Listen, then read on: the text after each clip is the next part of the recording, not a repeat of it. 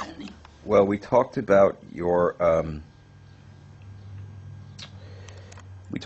trip to your first trip to Wales, Mm-hmm. and we had then just started. You had just started to tell me about when you went to Texas to see Pappy during the war. That's actually the last thing you were telling me. Mm-hmm. Well, then I'll tell you about that man who isn't it so nasty?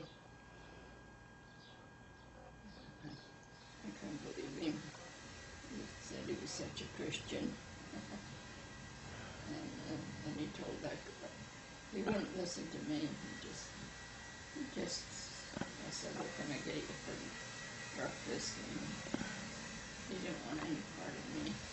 So I just went in the kitchen. And then I said, go out and ask that man what he wants. He doesn't want me to have anything to do with the black people in the kitchen that were cooking everything. And so he just didn't bother me. And then the woman that was in charge of the whole thing said, if I would, I said, I'm going home because I'm going to have a baby. And he said, well, I came from Pennsylvania. I remember him saying that. And he said, I love it down here. I said, well, I'm glad you do, but I don't. I said, I This can't was stand Pappy? Huh? Pappy loved it in Texas? Or no, the man from the church? No, what was he? I don't know if he's a dentist or what he was, but we went to him anyway before we came home, and he said, you'll love it here. I said, no, I don't want any part of it. And then he said, well, I don't know why not. And I said, well, I know that I don't like the way people are treating the black people here because I didn't know anything about it before I came here. And then I said, I thought it was wrong. God made those people just the same as he made us. And then I said,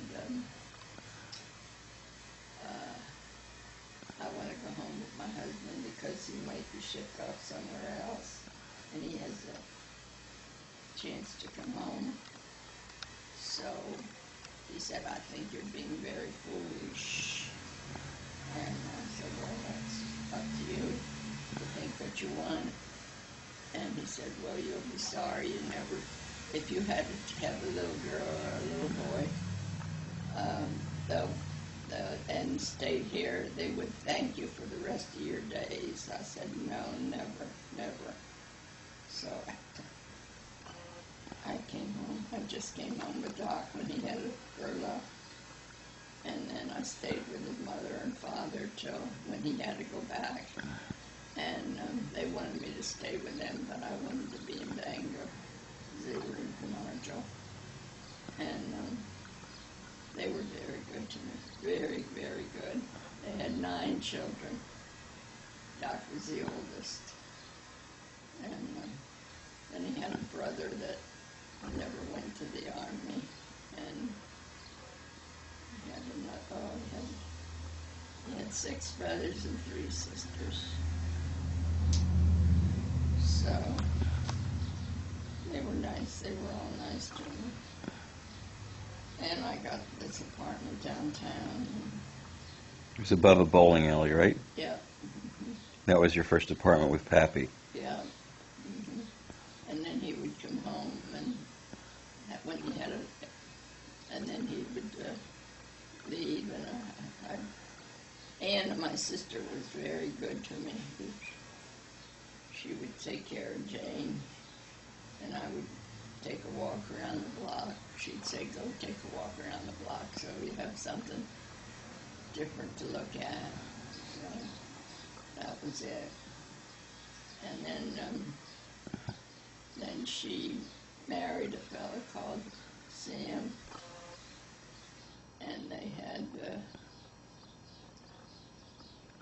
It's Sammy and David. David, that was their father. So, Now, you one day, I remember you told me that when they did the War of the Worlds broadcast, Orson Welles did that. oh, that was, You remember that phony broadcast about the aliens? oh, it was But terrible. didn't you uh you didn't know it was fake? A lot of people didn't know it was fake when they first heard it. But that happened to you, right? You didn't know it was Right. fake. Can you tell me about that? How Well, that I happened to came you? home from birth. My stepmother had a brother-in-law that they would always go down to their house every weekend. And I could go along if I wanted, and I didn't. I really didn't want to because they were nice to me, but I didn't know anybody there. So I came home on the bus, and I was home alone, and then this mouse or whatever it was came up when I went to turn the light on in the kitchen. Oh God! And the man from next door came over and got it out, and then he put a thing in the cellar so they wouldn't. He would come over once in a while and see if there was another one there, but there wasn't then, and he kept that up. He put one in my bedroom and put one in my kitchen, in my cellar, and then I never had any more. And they were real nice people. But then they moved to Flicksville, and then we had a nice couple live next door, so I didn't have any problem with them. But on the other side, then I told you about that woman. She's crazy. Her daughter hates Edith, and she hates her mother hates Edith too. Oh God, that's so crazy. I didn't do a thing against him. But you were when you heard about the War of the Worlds broadcast? Oh yeah, that was. I don't remember if it was that. What's that guy's name that did it? Orson Welles? Orson Welles. He was sick, but everybody was uptight about that. Really uptight. But you didn't actually hear the broadcast, right? So somebody told you about it. Yeah, next door. Was that the people that told you about it? Was that the people who were nice, or Oh no, they were. or was it the okay? So it wasn't the other very, people. Very nice. But they're the ones that told you they heard about the aliens. Yeah, and it was so hard to believe, but yet I thought, I can't. I don't know if I know that about it or not, because I thought, gee, that seems odd, and it really was. And they should have strung him up. It was a mess.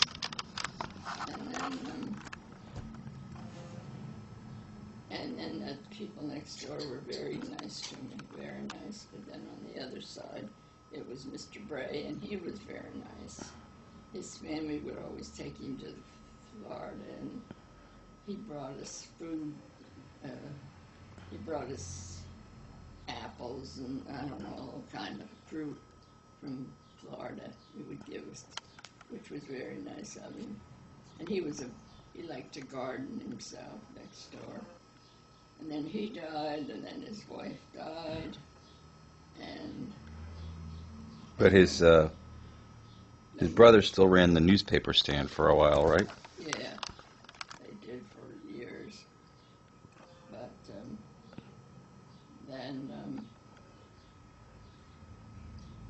then they sold the house.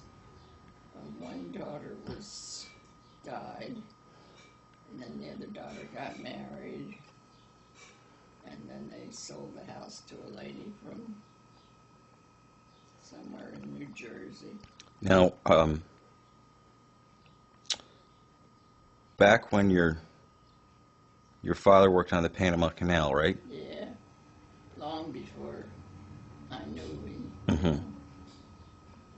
And, well, he came over here. He was the only one that came over from his family. Mm-hmm. And he decided he wanted to work on the Panama Canal. And he met a man that was down there, and they were quite friendly. And then he must have been about 2 or 3 years there. He had to sign up, and then he got, what was it? He came home, yellow fever, which was very serious. But then he had a cousin in Philadelphia who took care of him, and then he started to get some strength back, and he said, eggnog was the best thing that you could eat to get yourself strong. And he would have eggnog all the time. And then he'd insist that we have it when we were kids. Oh, I could hardly stand it. My brother said, I'll take it. And he said, no, she has to have some. You have to have some. So. And that was when your mother was still alive? No. I was 5 when she died. Oh, okay. And Anna was 9, and Ernest was 12. That's how old we were. But And Aunt then Jane stayed with us. And your Aunt Jane came to stay with you for a while. She was a wonderful woman. Just a wonderful, wonderful woman. She did everything she could for us. But then her husband had died too. And then she lived in Portland for a while, and then he died, and then she came back to Bangor and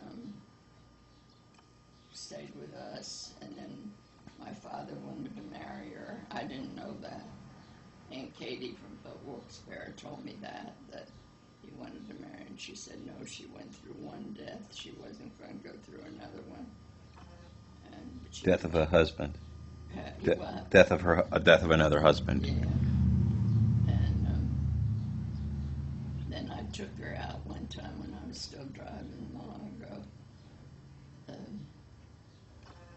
to this cemetery. It was over in Columbia, across the river from Portland. And we saw his tomb. Your Aunt Jane's husband. Uh-huh. And then she said she never would do that again. So she stayed with us. Well, then my pop wanted to marry her. And you could see that she was a good person. And his wife's sister, so it was Peg Werner, or Peg Pritchard, you remember her? Mm-hmm. And my Uncle Griff. And they had 2 kids, and then Aunt Katie was very good to us. They would come down for us and take us up to Wilkes-Barre, the 3 of us. And Aunt Katie would always make Welsh cookies for us. She loved them. And Ernest loved them especially. And then I went to, Bertha said, your father wants you to go to work. How did your father meet Bertha? Huh? How did your father meet Bertha? He was in the Odd Fellows Lodge, and her husband was killed in the quarry. She kept on the phone all the time. How much money am I going to get? Because they always had money put aside for anybody that was hurt. So he was killed going down in one of those buckets. And she kept calling and calling. And I'll never forget it. Aunt Jane was in the house, but he told Aunt Jane, and we didn't know her.